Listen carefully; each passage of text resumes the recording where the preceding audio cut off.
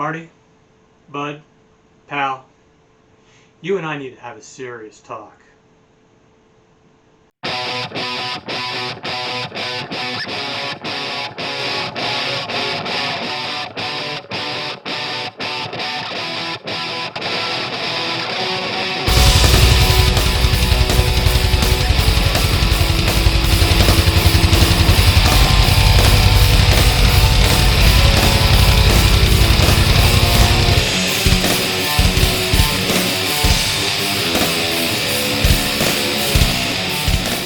What's up, Internet? This is Jay with Nerd Rage Against the Machine, and this is a rant.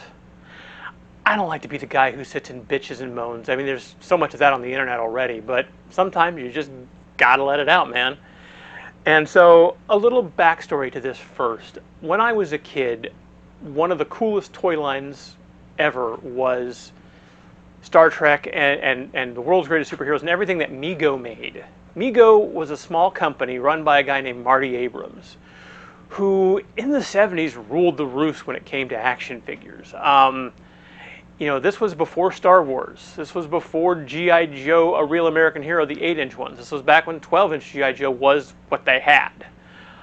And Mego was doing all these amazing characters, everything from the Fantastic Four to the Justice League to the Avengers, Star Trek, Planet of the Apes, not to mention, other stuff like knights and cowboys and other really cool concepts, monsters. And they did all this because they used the same body for everything, pretty much. They had several variations on it, but for the most part, every figure used the same type of body with different clothes and different heads. There were some variations, and of course I'm really oversimplifying because there were, again, multiple bodies. And for some characters like the Hulk or Boss Hogg, they would make something a little different, like a fat body or an overly muscular body. But for the most part, this body kind of went the gamut from everything from the Fonz to Conan the Barbarian. Think about that. Arnold Schwarzenegger and Henry Winkler basically built with the same body. It's kind of odd to think about, but again, when you're 5, who cares? I mean, I've got the Fonz, and he's got his leather jacket, and my friend has Conan, and he's got his sword and axe. How cool is that? The thing is that Mego went away in the early 80s. The rumor has always been that Star Wars killed them, that they passed on Star Wars, and from there they went to Star Trek the Motion Picture, which was not exactly a toy success. And then they just tried to grab every license they could get their hands on and eventually filed for bankruptcy. Well, several years back, they came back. Abrams got some funding and restarted the company. In fact, this Scotty here is not an original from the 70s. This actually is like less than a year old. They've come back and they've started to re-release figures, specifically in Walmarts and Targets. And while I'm now closer to 50 than 5, yeah, I'm a total mark for this. I went out and I've bought as many of them as possible. And one of the coolest things is that, back then in the 70s, they had the cartoon and they had the live action show. But now we have TNG, DS9, Voyager, Discovery, Lower Decks. There's so much more Star Trek that, hell yeah, I want them all. I want to have a Captain Jean-Luc Picard and a Data and a Riker in my set. They can sit right next to my 8-inch Mego Uhura and Scotty and Chekhov. That's just awesome. Unfortunately, as much as they've done a really good job at Target and Walmart and a few other places, their new idea has been to align with Topps, the baseball card people, the collectibles people. And what this has done is that they've now started releasing their figures as, or at least some of their figures, as timed exclusives. So why do I care? They're a bunch of plastic toys. I'm an adult. This is stupid, right? Well, yes and no. I mean, it is nostalgia, and we've all got those things that we're nostalgic for. I'm no different and definitely no better. And yeah, okay, call me a dork for collecting toys. I still collect them, and they're still fun. But what they did here is they've made these exclusives where you basically have to go to their website and you have 1 week to get the figures that they release at that time. Just a week. Which, look, I'm never a big fan of exclusives, but there are ways to do exclusives right. One, a good example would be Biff Bang Pow, which used Amigo bodies, did an exclusive set of Venture Brothers figures. They were only available at Entertainment Earth. This worked because, one, they were available at Entertainment Earth, which is a website. You could go down and get them. You know, okay, cool. I can get them when I want. I don't have to, I'm not being surprised by this. And it's not like a Comic-Con exclusive where I got to get my ass to California at this certain date and have enough money to make this work. It's, okay, they're there. I can't get them from Big Bad Toy Store. I can't get them from Walmart, but I can go to their website. That's fine. Another thing that's fine, in my opinion, is repaints or minor characters or things that are maybe not as necessary. So, like, in the case of Star Trek, if they did, if let's say San Diego Comic-Con did a beardless Riker Mego as a exclusive, all right, it sucks, but I can live without a beardless Riker as long as I can get a standard Riker. That's fine by me. Recently, Mattel had a thing called PowerCon where they released 4 special Masters of the Universe things that were only available there. And while, again, this kind of sucked, the silver lining to me, at least, is that these are things that weren't really part of the main toy line. I'm also collecting Masters of the Universe class or Origins, so yeah, I'm a dork.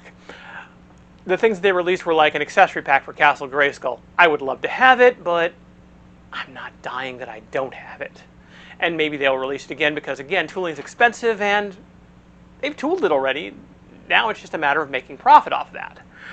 They also released like a 4-pack of the Horde with a cartoon-accurate Hordak. Well, I've got an original Hordak. I'm okay.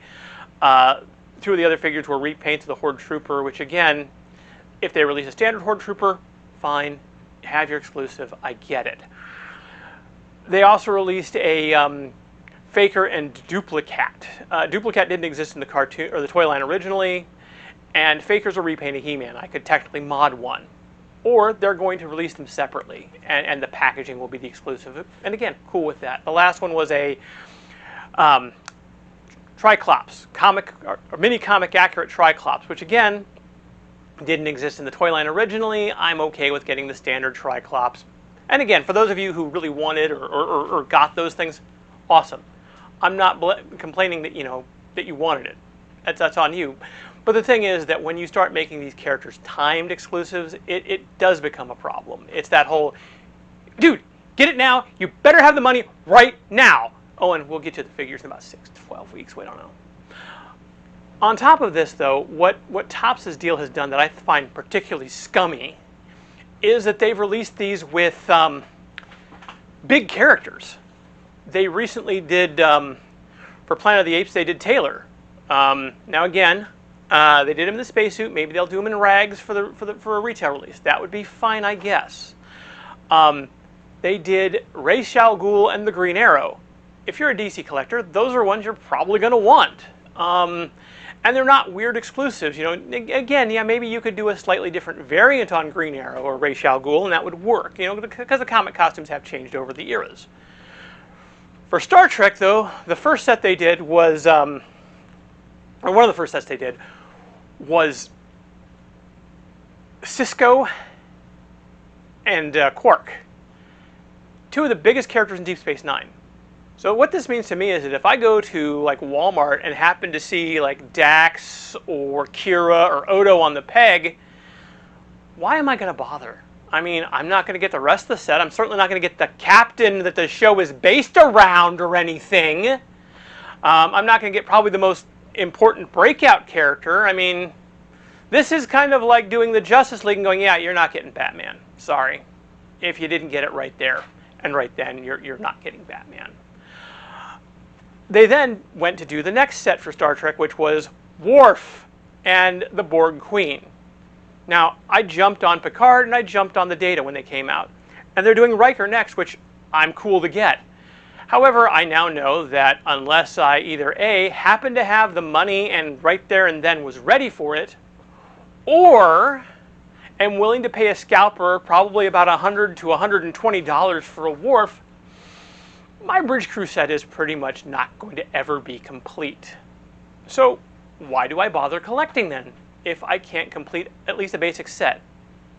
Look, I'm at a point in my life, and really in general, where I've realized, especially with all the mass material that can come out, that collecting them all is pretty much a pipe dream.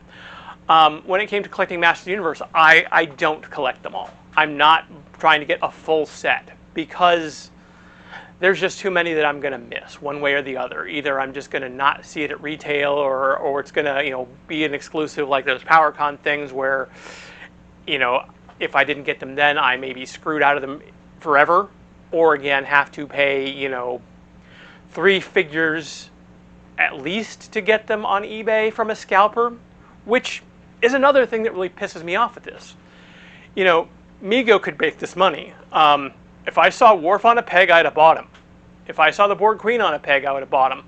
I'm not even a huge Deep Space Nine fan. I prefer Babylon 5, but again, Cisco and Quark on pegs, I'll take those, sure. But making it this way basically has meant that Mego will make less money than the scalpers. Because that's what happens. Scalpers have a week to basically jump on and use their own predatory fund to grab these figures and then sell them to the highest bidder, making a mint. And that's really where this pisses me off. Marty, you could make these figures for everyone. You have, but instead, this deal with Topps basically puts them into scalper territory. And scalping is scummy, in a nutshell. And I've heard the scalpers try to defend themselves. We provide a valuable service. No, you don't. You screw the rest of us over. Again, going back to the Masters thing, when they released a special thing for Target only called the Origins of Evil 2-pack, which was Keldor and Kronos, the pre-versions of Skeletor and Trapjaw. I wanted one pretty badly. I'm like, that looks really cool. I would love to get that set.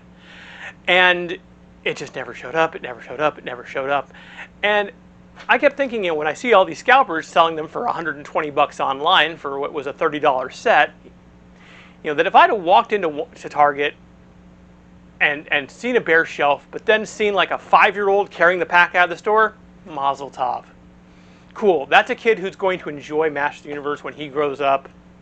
I'm down with that. In fact, my daughter has kind of really gotten into He-Man because of my obsession, which is kind of a fun thing to share as a weird daddy-daughter thing.